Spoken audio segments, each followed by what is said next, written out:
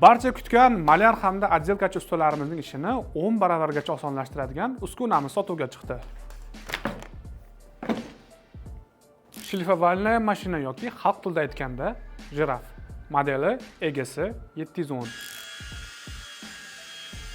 Ushbu jiraf uskunamiz nima uchun, nima ishlar uchun mo'ljallanganligini aytib o'tirayman, chunki hamma juda yaxshi biladi va shuning uchun obzorimizni boshlab qo'ya qolamiz. Tashqi ko'rinishidan boshlaymiz. Birinchi o'rinda uskunamiz yonga hamda tepaga burilish imkoniyatlari bor. Shuningdek, посадочный tarelka qismida svetodiodli lampalar bilan jihozlangan. Shuningdek, uskunamiz to'liq uzunligi 1.9 metr, uzun hamda kalta qilish uchun mana bunday tugma bilan jihozlangan. Shuningdek, aynan shu joyda uskunamizni оборотlar sonini sozlash uchun maxsus tugma bor. 6 ta tezlik bilan jihozlangan. Birinchi tezlikda 500 оборотlar soni va oxirgi 6 ga qo'yganingizda esa 1800 martagacha aylanib bera oladi. Va uning yonida uskunani ishga tushirish hamda o'chirish tugmasi joylashgan. Shuningdek, ushbu jirafimizda uskunaning o'ziga pылесос sistemasi qo'yib ketilgan. Texnik xususiyatlariga o'tamiz. Dvigatel turi shotchniy, aylanish turi esa rotorni eksentrik emas.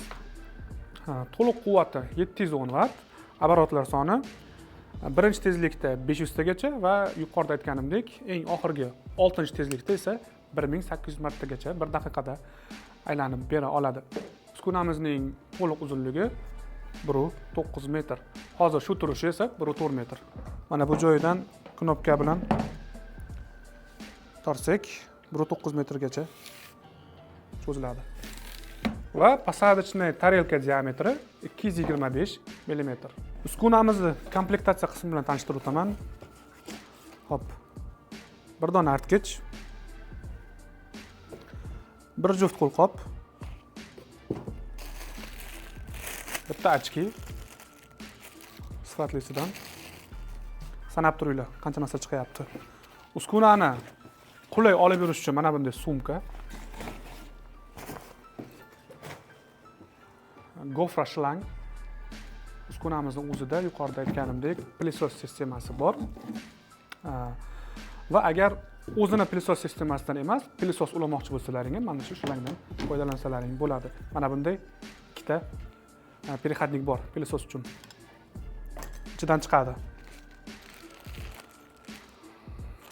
Ключ hamda qo'shimcha ko'mirlar uskunamiz shotchniy bo'lganligi uchun zaxira ko'miri mavjud.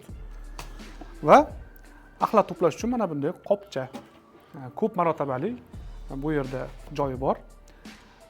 Pылесос to'lib bo'lgandan keyin, ya'ni bu ushbu qopcha to'lib bo'lgandan keyin axlatini to'kib tashab turib, yana betini bekib tashab turib, yana ko'p marotaba ishlatsangiz bo'ladi. Ana buni qaranglar. Mana bunday najdashniy nasatkalar ham bor ekan. Nechta? 1, 2, 3, 4, 5 ta. Erta bitta turibdi 6 ta. Chunki uni biz ishlatdik-da. 6 ta chiqadi ichidan. Va nihoyat uskunaning yo'riqnomasi orqasida mana bunday maxsus stikeri bilan. Va shular.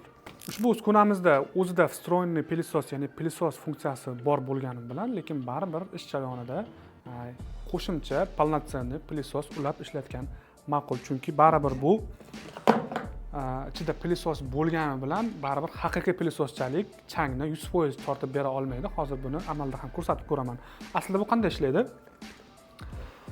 Jirafimizning orqa tomonida mana bu yerda maxsus krilchatka bor, ya'ni turbinka ham deyiladi. Ana o'sha aylanib, shu yerdan mana ko'rsalaring gofra shlang o'tgan. Shu yerdan tortib turib baqadan chiqarib yuboradi. Shlang orqali. Hozir quvvatini ko'rsatib beraman.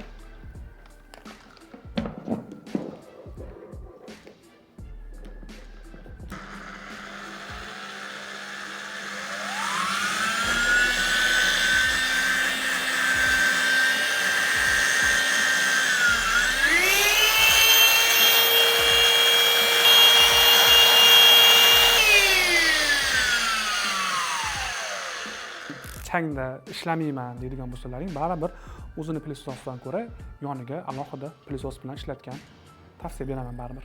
Hurmatli malyar hamda отделкаchi usta akalar, murojaatim aynan sizlar uchun. Agar siz hali ham shpaklovkadan keyingi pardoz ishlarini, ya'ni shkurka qilish ishlarini hali ham qo'lda qilib turgan bo'lsangiz, unda siz vaqtingizni, kuchingizni hamda sog'lig'ingizni bekorga sarf qilyapsiz. Mana bu uskunaga o'tish vaqti keldi deb o'ylayman, chunki aynan shu jiraf uskunasi bilan ishingiz 10 baravargacha osonlashadi. Endi esa epadan jirafa uskunasi kelsa olaman deb yurgan ustagalar, marhamat, mana olib kelib qo'ydik.